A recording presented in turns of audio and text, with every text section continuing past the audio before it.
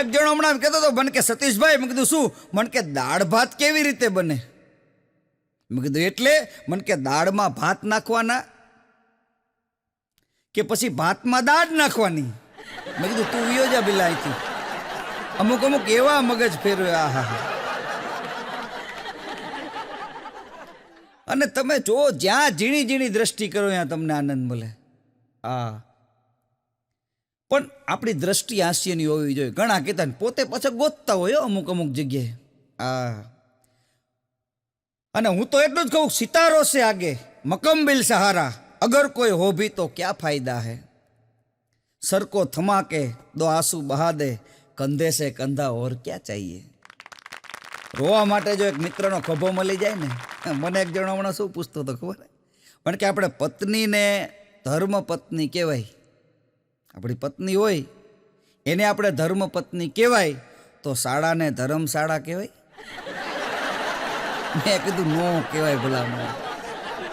એક જણો મને કે સતીશભાઈ, મેં કીધું શું? મને કે કૌવા ઉઠતા હે આકાશ में મગર રહેતા હે કા? મેં કીધું ઝાડ पे. મને કે હાવ ખોટી વાત. મેં કીધું તો? મને કે પાણી में. મેં કીધું પાણી में એટલે? મને કે કૌવા ઉઠતા હે આકાશ में મગર રહેતા હે કહા. બોલો, મગરની વાત કરી આને. અને ઘણા એવા સ્વાર્થી હોય છે, ઘણા, કે આપણે એની પાસે બોલપેન માગી ને એટલે ઢાંકણું પોતે કાઢી લે અને પછી આપણને બોલપેન આપે. આવી 7-8 બોલપેનો મારી પાસે પડી છે. ઢાંકણામાં શું મોહ હોય છે. અને અત્યારે એવું છે કે જમવાની વસ્તુ રહી ને, જમવાની વસ્તુ માણસો સ્ટેટસમાં મૂકે. નીચે લખે વઘારેલી ખીચડી, જે બનાવ્યું હોય એ લાપસી, નવું કંઈક બનાવે ને એટલે સ્ટેટસમાં મૂકે. આપણે કેવું પડે, આને સ્ટેટસમાં નહીં, આને તપેલીમાં મૂક, આ નકામી ઠરી જશે. અને ફોન તો ફોન છે. પતિ અને પત્ની બે બેઠા હતા, એમાં પતિનો મોબાઈલ વાગ્યો. મોબાઈલ વાગ્યો ને એટલે રિસીવર કાને લગાડ્યું એના પતિએ, એટલે સામેથી એની પ્રેમિકાનો ફોન હતો. પ્રેમિકાનો ફોન હતો એટલે 5 મિનિટ વ્યવસ્થિત વાત કરી અને પછી રોંગ નંબર એમ કરીને ઓલા ફોન કાપી નાખ્યો. એટલે એની પત્ની સમજદાર હતી, એણે ખરેખર એટલું જ કીધું, ખરેખર એ રોંગ નંબર છે એવું તમે કીધી સમજશો? કારણ કે યસ નંબર તમારી બાજુમાં બેઠો છે, તમે રોંગ નંબરમાં મથો છો. એમાંય સાહેબ કોરોના કાળ, એ તો ભૂલાય જ નહીં સાહેબ. કોરોનાની વાત એટલા માટે કરું કે સાહેબ એવો ભયંકર આવી ગયો તો કોઈને કંઈ હૂતું જ નહોતું. અમે કલાકારો એમાંથી કોમેડી કરી. એને બ્લેક હ્યુમર કહેવાય. બ્લેક હ્યુમર એટલે હાસ્યનો એક એવો પ્રકાર કે વાત મરણની હોય તોય તમને દાંત આવે, મૃત્યુની વાત કરતા હોય તોય તમને આનંદ આવે. એનો એક તમને દાખલો આપું. કોરોના કાળમાં તો શું, પછી ઘરની બહાર તો જવાનું નહોતું, ઘરમાં જ રહેવાનું હતું. ત્યારે VCDનો જમાનો, આપણે CD જે આવે ને કેસેટ, એનો જમાનો હતો. એટલે હું ને મારા ધર્મપત્ની, કલાકારોનો જીવન તો શું કલાકાર જેવું હોય. આખો દેમાં બે હામા હામી દુહા છંદ છપાકરા જે કંઈ આવડે હામા હામી બે લલકારી નાખી. પણ પ્રોબ્લેમ રાઈતે થાય. હવે એક દી પ્રફુલભાઈ થયું એવું કે મેં કીધું આજ કંઈક સારું પિક્ચર જોવી, સમજ્યા?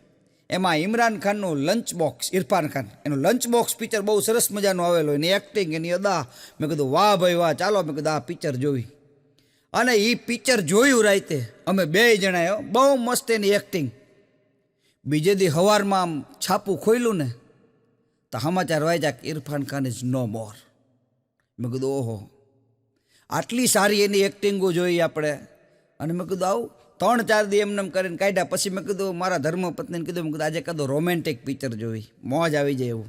એટલે અમે ઋષિ કપૂર ને શ્રીદેવીનું ચાંદની પિક્ચર, બહુ સરસ મજાનું. જો હાસ્યને બ્લેક હ્યુમર શું છે એની હું તમને વાત કરું છું. ઋષિ કપૂર ને શ્રીદેવીનું ચાંદની પિક્ચર જોયું. ચાંદની પિક્ચર જોયું, સવારમાં છાપું ખોલ્યું, આ નામ વાંચ્યું કે ઋષિ કપૂર ઇઝ નો મોર. મેં કીધું હવે ગજબ કહેવાય. કાલ રાત્રે એક્ટિંગ જોઈ, અદા જોઈ, પછી મેં કીધું આજ નો મોર. ડખો હવે શરૂ થયો. 3 દી પછી મારા ધર્મપત્ની મને કે આપણા લગ્નની CD.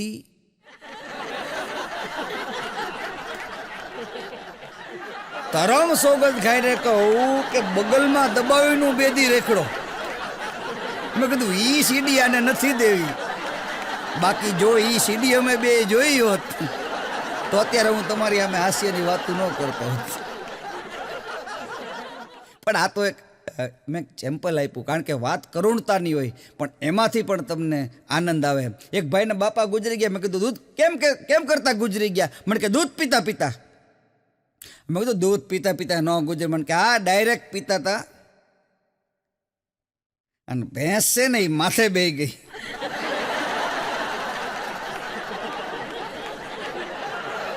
પણ મારા ધર્મપત્ની હમણાં મને કહેતા હતા કે ખાવા માટે હવે બે જ વિકલ્પ છે કોરોનામાં.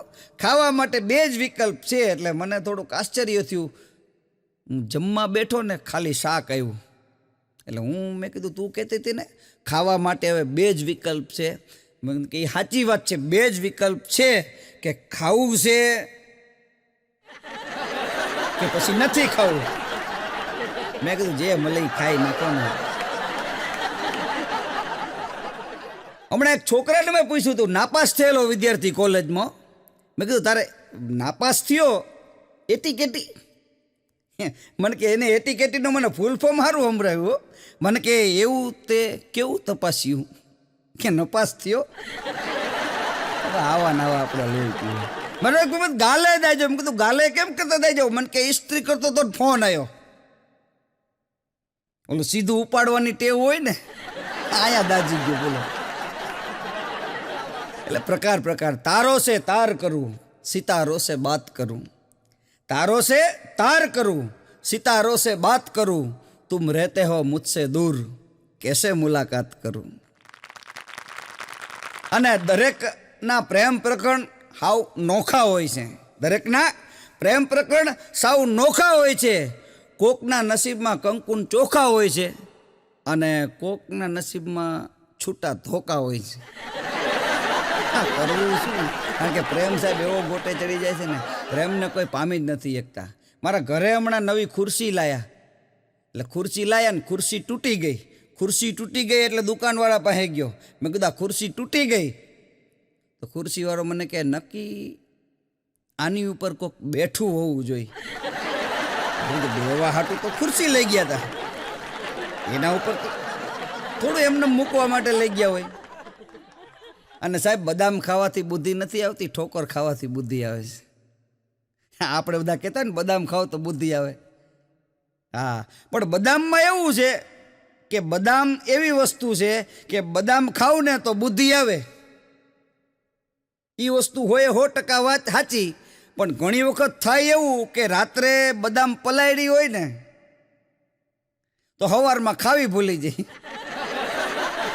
અને ખાવી ઘણી હોય પણ રાતે પલાળવી ભૂલી જાય. છેવટે હરવાળો તો એકનો એક જ છે.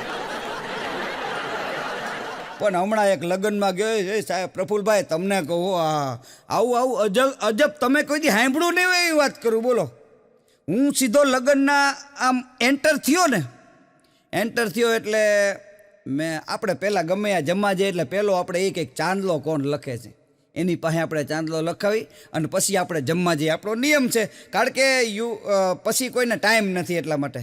તો મેં ઓલા ભાઈને પૂછ્યું, મેં કીધું આ ચાંદલો લખાવવાનો છે? મને કે હા મેં સ્ક્રેનર રહ્યું જો.